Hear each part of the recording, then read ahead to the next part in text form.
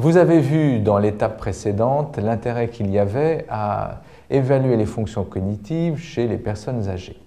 Je vous propose maintenant quelques conseils pour faire en sorte que la passation de ces tests se déroule dans les meilleures conditions au sein de votre officine.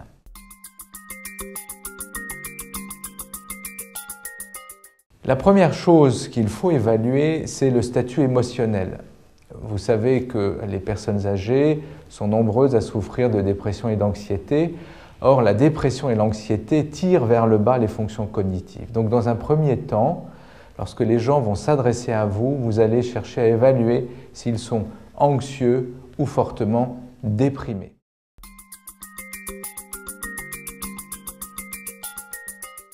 L'étape suivante consiste à vérifier l'état des capteurs, car on estime que environ 30% des plaintes mnésiques sont liées à des déficits sensoriels. Il est donc important de vérifier que votre interlocuteur est capable de voir et d'entendre correctement.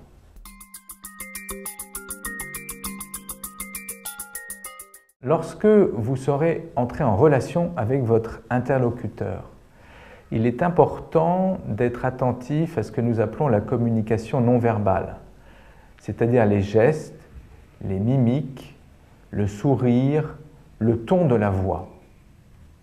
Si par exemple, vous vous exprimez avec le sourire, mais qu'en même temps vos gestes sont saccadés, nerveux, votre interlocuteur risque d'être déstabilisé.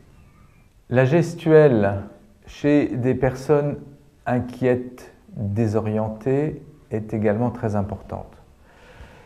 Ne vous adressez pas à elle, à la cantonade, de l'autre côté de votre comptoir, mais rapprochez-vous d'elle, restez dans son champ de vision, n'hésitez pas même à la toucher, éventuellement lui prendre la main pour l'accompagner là où vous pensez que le lieu sera le plus propice pour la passation de l'examen. L'expression du visage est également très importante. Lorsque vous vous adressez à elle, lorsque vous la sollicitez pour les tests, soyez en face d'elle, regardez-la dans les yeux, ayez une mimique souriante, détendue.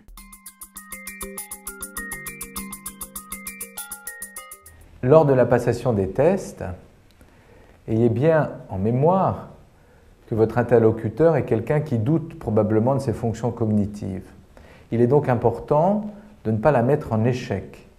Si vous sentez qu'elle est en difficulté et que l'anxiété monte, rassurez-la et n'hésitez pas à reporter le test à un jour suivant.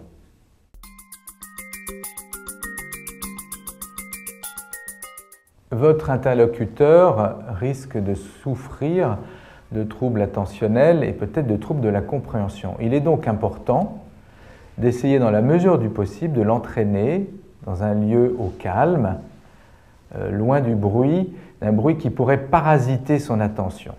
Lorsque vous allez vous adresser à cette personne, vous serez en face d'elle, vous allez essayer de la regarder dans les yeux le plus possible et vous allez employer un langage simple, une idée par phrase, un discours compréhensible et bien articulé.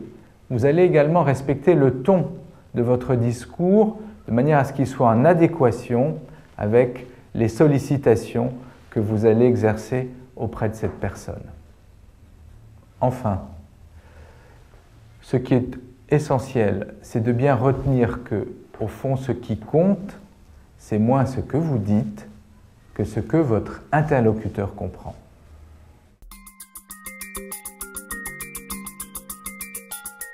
Pour résumer, voici les points importants à retenir. C'est à vous adapter à votre interlocuteur et non l'inverse. Exprimez-vous de façon simple et directe, utilisez le langage du corps, prenez le temps nécessaire, soyez aimable et souriant et ne le mettez pas en échec.